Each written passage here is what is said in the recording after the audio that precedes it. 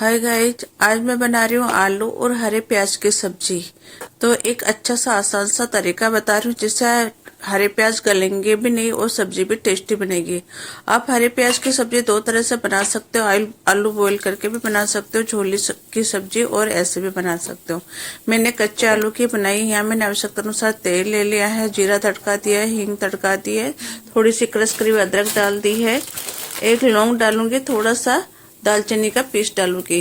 ये लौंग डाल दिया, दालचीनी का पीस डाल दिया मैंने, और ये थोड़े से प्याज डाल दिए। एक प्याज काट लिया था, एक हरी मिर्च काट ली थी मैंने, और 4 हरे प्याज काट लिए थे, और एक टमाटर ले लिया था, 2 आलू लिए थे।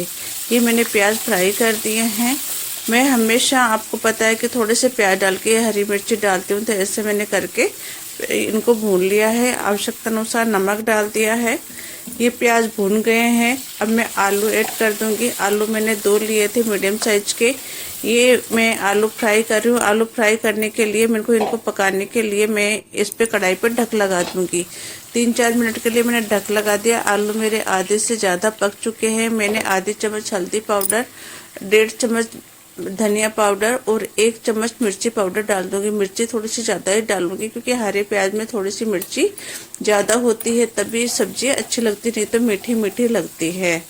देखो ये मेरा मसाला भून रहा है, कितना अच्छा भून रहा है, कितना अच्छा कलर आया।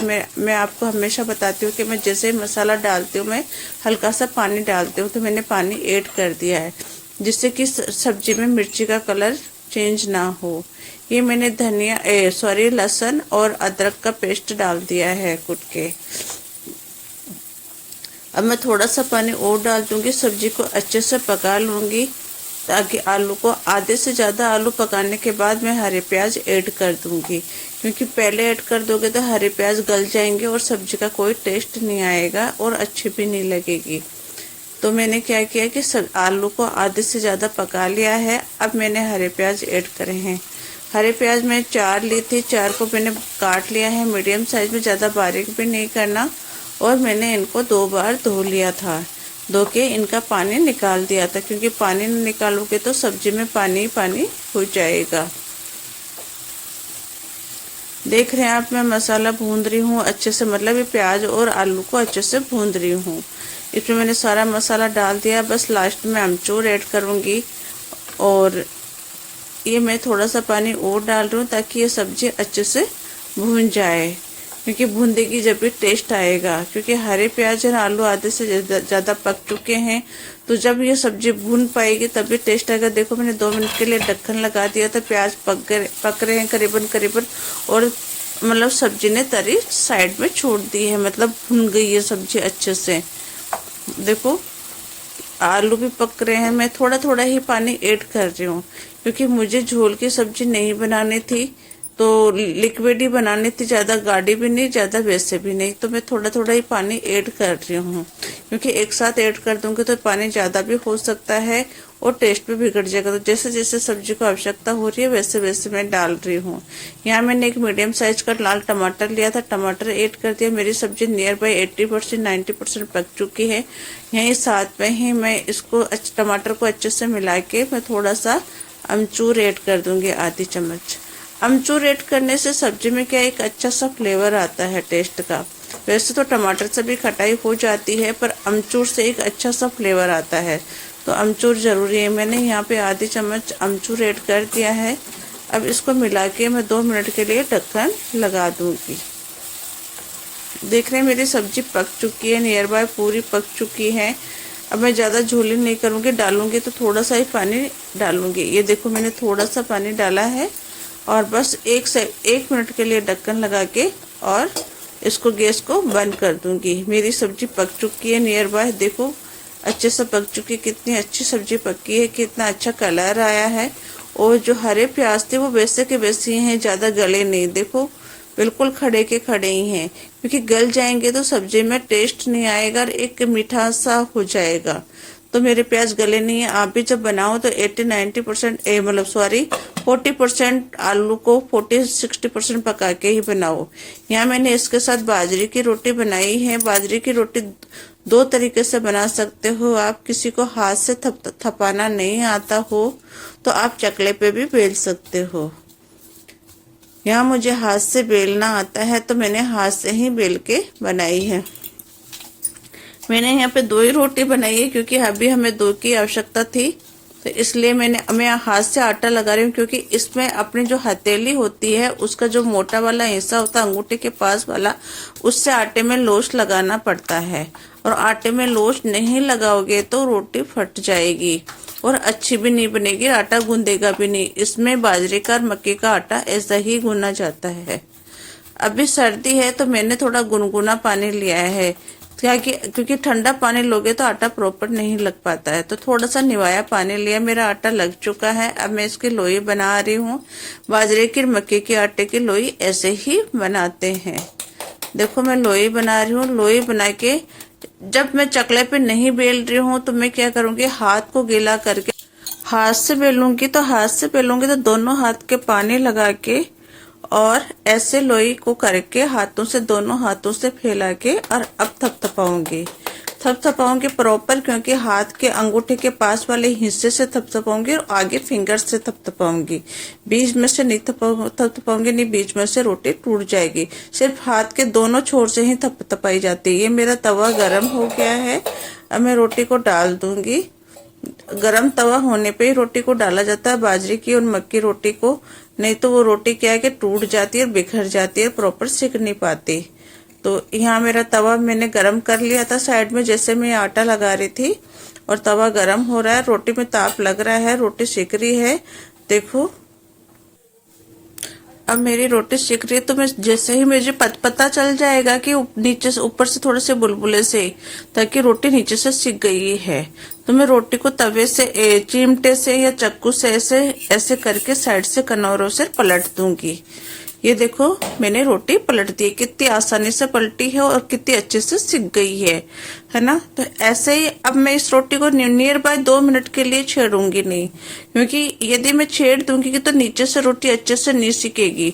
यदि आप बार बार में छेड़ते हो तो रोटी बिखर जाएगी, बिखरने का भी डर रहता है और स्क्रैच जैसे उसमें हो जाएंगे। तो नियर बाय आप फुल टेम्परेचर पे इसको 1 या 1.5 मिनट तो ऐसे ही रहने दीजिए। फिर टेम्परेचर कम करिए, गैस का फ्लेम कम करिए और फिर इसको देखिए, है ना, ताकि ये पता चल जाएगा कि रोटी सिकी है कि नहीं सिकी है। प्रॉपर बाजरे की रोटी सेकने का यही तरीका है कि आप एक बार पलटने के बाद नियर बाय 1-1.5 मिनट तक इसको ऐसे ही रहने दे, छेड़े नहीं। पास में यदि आप दूसरी रोटी बना रहे हैं तो उसका आटा लगाते रहे और लोई बना के रख ले। देखो मेरी रोटी सिक रही है, मैंने अभी तक इसको छुआ नहीं है। अब मैं इसको चेक करूंगी कि भाई मेरी रोटी सिक गई है नीचे से या कितना ताप लगाना है मुझे। प्लीज मेरी रेसिपी अच्छी लगे तो लाइक और शेयर करेगा, सब्सक्राइब करेगा। मेरी रेसिपीज देखने के लिए आपका सभी का बहुत बहुत धन्यवाद, और प्लीज लाइक और शेयर करेगा, सब्सक्राइब करेगा। Thank you so again. यहाँ अब मैं बता रही हूँ कि मेरी रोटी सिकी है कि नहीं सिकी है। मतलब इसमें ऑटोमेटिक ऊपर से दिखने लग जाता है कि हाँ रोटी सिक गई है। अब मैं तवे से ऐसे देख रही हूँ, देखो 80% रोटी सिक चुकी है, मतलब तो इसको मैं 1-2 मिनट के लिए और ऐसे ही रहने दूंगी, ताकि ये नीचे से, क्योंकि तवे से जितनी सिकेगी उतनी गैस पे नहीं सिकेगी। चूल्हे की बात एक अलग होती है कि अपन यहाँ से उतार के चूल्हे के ताप में सेक सकते हैं खड़ी करके, पर अपने पास यहाँ एक सिर्फ लोहे का या गार का मिट्टी का तवा ही है, तो तवे पे अपन को प्रॉपर सेकनी है। तो डायरेक्ट जितनी ज्यादा गैस पे सेकोगे वो उतनी ही आपको नुकसान करेगी। तो पहले आप तवे पे सेक लो, क्योंकि तवा लोहे का है तो आपको कोई नुकसान नहीं होगा, मिट्टी का होगा तब भी नुकसान नहीं करेगा। देखो मेरी रोटी कितनी सिक चुकी है। अब मैं इसको थोड़ी सी देर और रखूंगी और फिर मैं तवे पे ही पलट दूंगी थोड़ी सी, क्योंकि डायरेक्ट गैस पे सेकूंगी तो ये पीछे वाले पोर्शन से रोटी जल जाएगी। तो मैं क्या करूंगी, गैस के फ्लेम को तेज कर दूंगी एक बार और रोटी को पलट दूंगी, जिससे अपन गेहूं की रोटी को पलट के सीधी तरफ से सेकते हैं वैसे सेम डिट्टो। तो यहाँ देख रहे हैं आप मेरी रोटी पूरी सिक चुकी है नीचे से। अब मैं इसको पलट दूंगी और गैस का फ्लेम एक मिनट के लिए फुल कर दूंगी, ताकि इसमें तवे का टेम्परेचर आ जाए।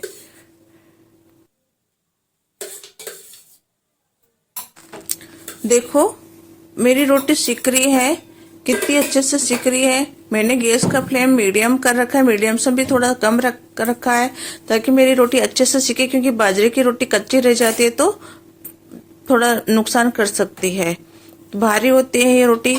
तो वैसे इसमें प्रोटीन वगैरह बहुत ज़्यादा होता है। मेरी रोटी नियर बाय 90% सिक चुकी है पीछे से। अब मैं इसको पलट दूंगी। तो पलटूंगी तो मैं आपको बता चुकी हूँ कि 1 मिनट के लिए गैस का फ्लेम तेज करके वैसे ही रखूंगी ताकि मेरी रोटी अच्छे से सिक जाए, और फिर उसको गैस पे सेक लूंगी।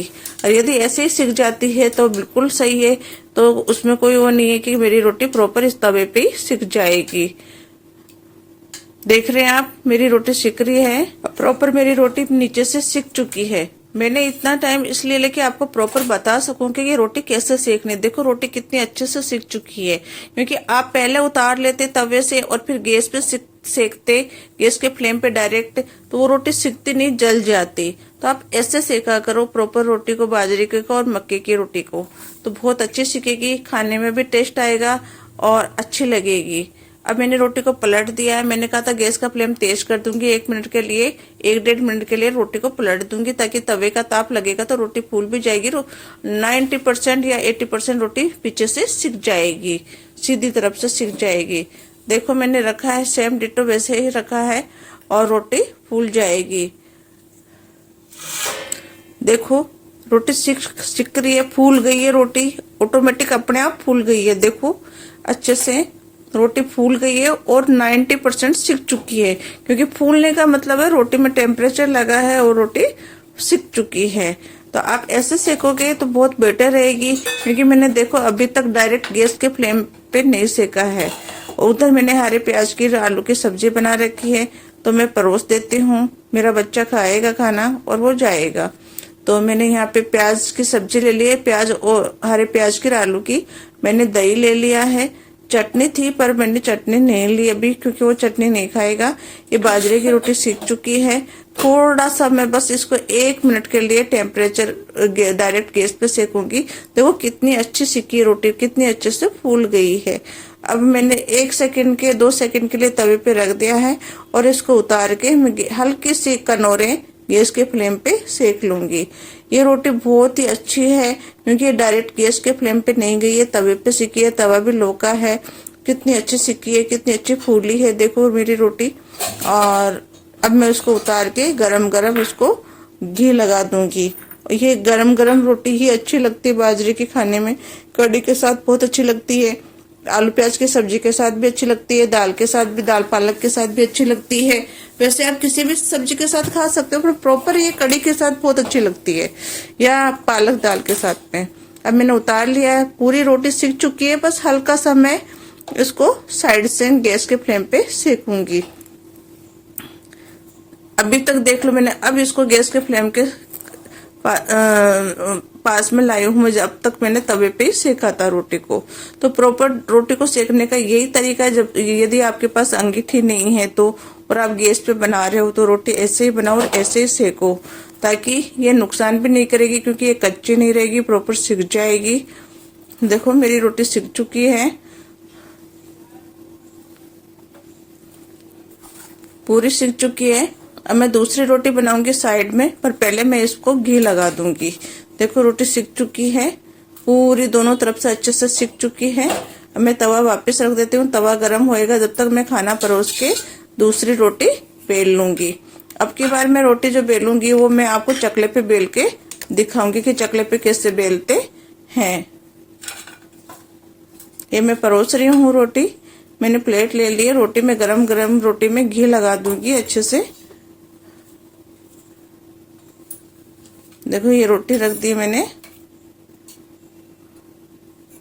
ये मैंने घी लगा दिया। घी आप अपनी आवश्यकता के अनुसार, आपको ज्यादा खाना है, कम खाना है, कैसा लेना है, पर बाजरे की रोटी में घी अच्छा लगता है, घी के बिना बाजरे की रोटी अच्छी नहीं लगती।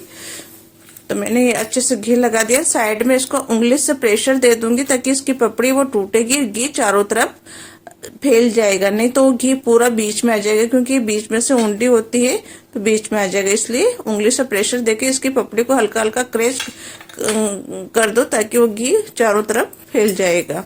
ये मैंने दही परोस दिया है, हरे प्याज की और आलू की सब्जी परोस दी है।